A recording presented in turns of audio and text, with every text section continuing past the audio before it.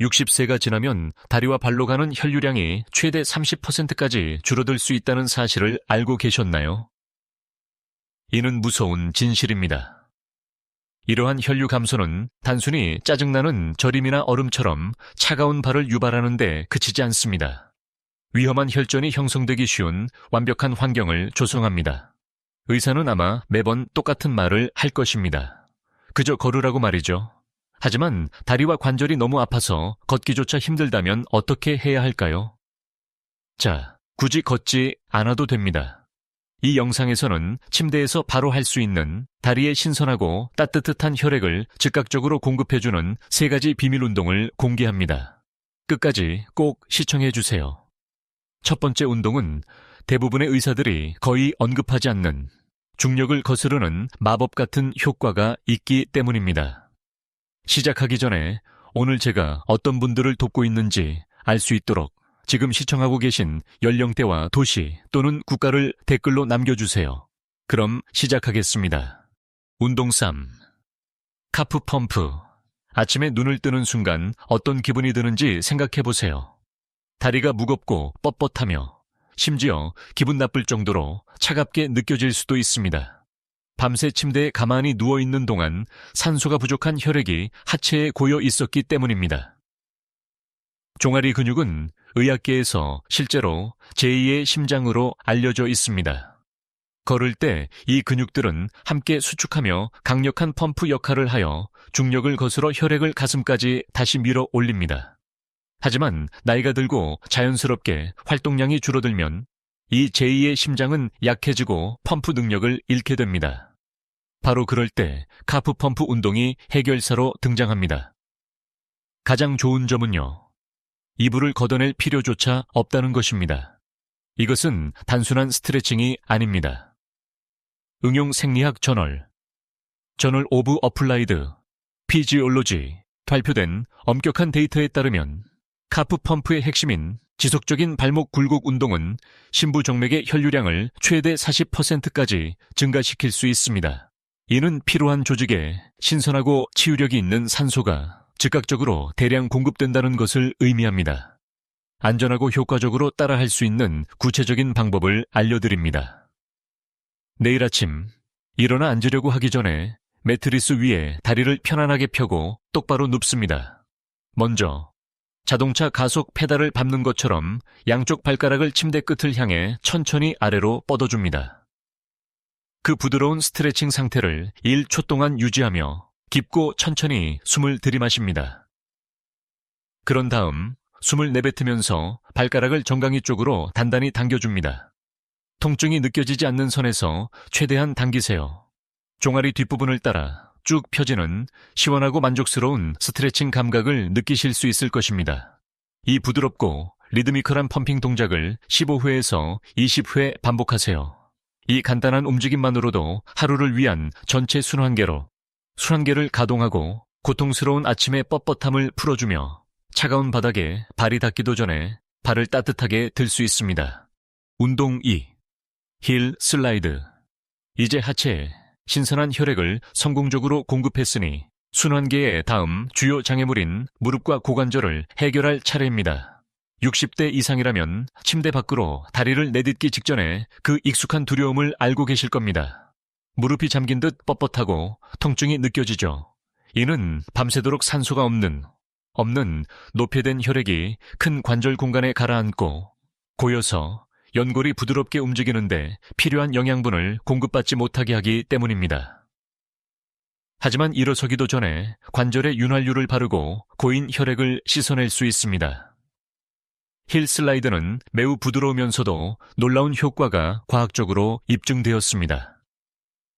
재활 저널 오브 리하빌리테이션에 발표된 2018년 연구에 따르면 이러한 특정 평면 미끄러짐 동작은 무릎 연골의 압력을 무려 30%나 줄여줍니다. 동시에 가만히 누워있을 때보다 관절 주변의 국소, 혈액 순환을 25% 증가시킵니다. 이 통증 완화 동작을 수행하는 올바른 방법입니다. 똑바로 편안하게 누운 상태에서 왼쪽 다리는 일직선으로 유지합니다. 이제 오른쪽 뒤꿈치를 매트리스 위로 미끄러뜨리며 엉덩이 쪽으로 천천히 부드럽게 오른쪽 무릎을 굽힙니다. 이때 뒤꿈치는 내내 침대에 닿아 있어야 합니다. 무리하지 않는 선에서 최대한 위로 끌어올리세요. 따뜻한 혈액이 유입되도록 그 자세를 잠시 유지한 다음 다리가 다시 평평해질 때까지 뒤꿈치를 천천히 아래로 미끄러뜨립니다. 이 느리고 절제된 동작을 각 다리당 10회에서 15회 반복하세요. 이 운동이 아침의 뻣뻣함을 완화하는 데 도움이 된다면 잠시 시간을 내어 좋아요와 구독 버튼을 눌러 저희 채널을 응원해 주세요. 더 많은 영상을 제작하는 데 큰 힘이 됩니다. 이제 여러분의 다리는 완전히 깨어나 하루를 맞이할 준비가 되었습니다. 하지만 잠깐만요. 온종일 서 있거나 앉아 있은 후에는 저녁쯤 산소가 고갈된 혈액이 다시 발로 고이게 됩니다. 그렇기 때문에 잠들기 전 그 손상을 되돌리기 위한 최후의 병기인 첫 번째 운동이 필요한 것입니다. 운동 1. 그래비티 플러시. 긴 하루의 끝에 있는 지금, 여러분의 다리를 생각해 보세요. 아침에 운동을 했더라도 중력은 몇 시간 동안 여러분을 방해해 왔습니다. 체내 노폐물이 가득하고 산소가 부족한 질 낮은 혈액이 발목과 발에 침전되고 고였습니다. 이것이 저녁에 편안하게 쉬는 것을 방해하는 그 익숙하고 묵직하며 욱신거리는 부종의 원인입니다.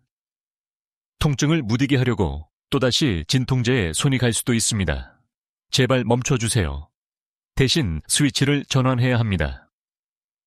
첫 번째 운동인 그래비티 플러시는 의사들이 수십 년 동안 권장해온 궁극의 혈액순환 리셋 스위치입니다.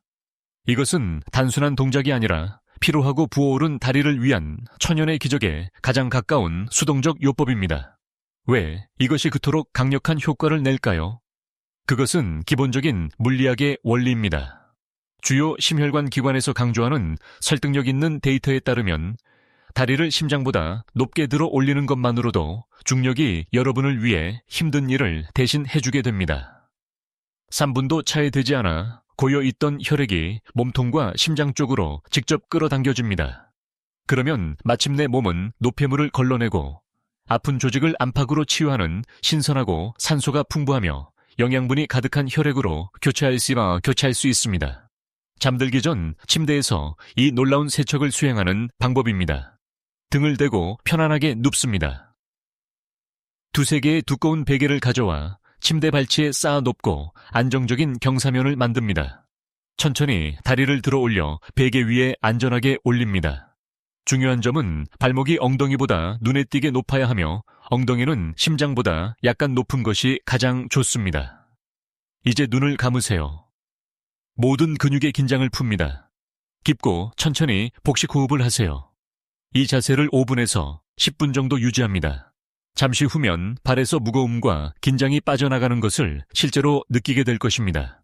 하지만 매우 중요한 안전 유의사항이 있습니다. 조절되지 않는 고혈압이나 심각한 심장 질환이 있는 경우 이 운동은 심장으로 돌아오는 혈액량을 일시적으로 증가시키므로 시도하기 전에 반드시 의료 전문가와 상담하시기 바랍니다. 보시다시피 다리 건강을 바꾸는데 고통스럽고 지치는 운동이 필요한 것은 아닙니다. 매일 아침 몇 분간 카프 펌프와 힐 슬라이드를 하고 10분간의 그래비티 플러시로 하루를 마무리함으로써 여러분은 완벽한 일일 순환 주기를 만들게 됩니다. 이 간단한 침대 루틴은 특히 관절이 이미 붓고 아픈 상태일 때 30분 걷기보다 막힌 혈관을 뚫는데 훨씬 더 효과적인 경우가 많습니다. 그러니 내일부터 바로 이 아침 저녁 루틴을 시도해 보실 것을 권합니다. 여러분의 다리는 평생 여러분을 지탱해 왔습니다. 이제 다리가 마땅히 받아야 할 보살핌을 줄 시간입니다.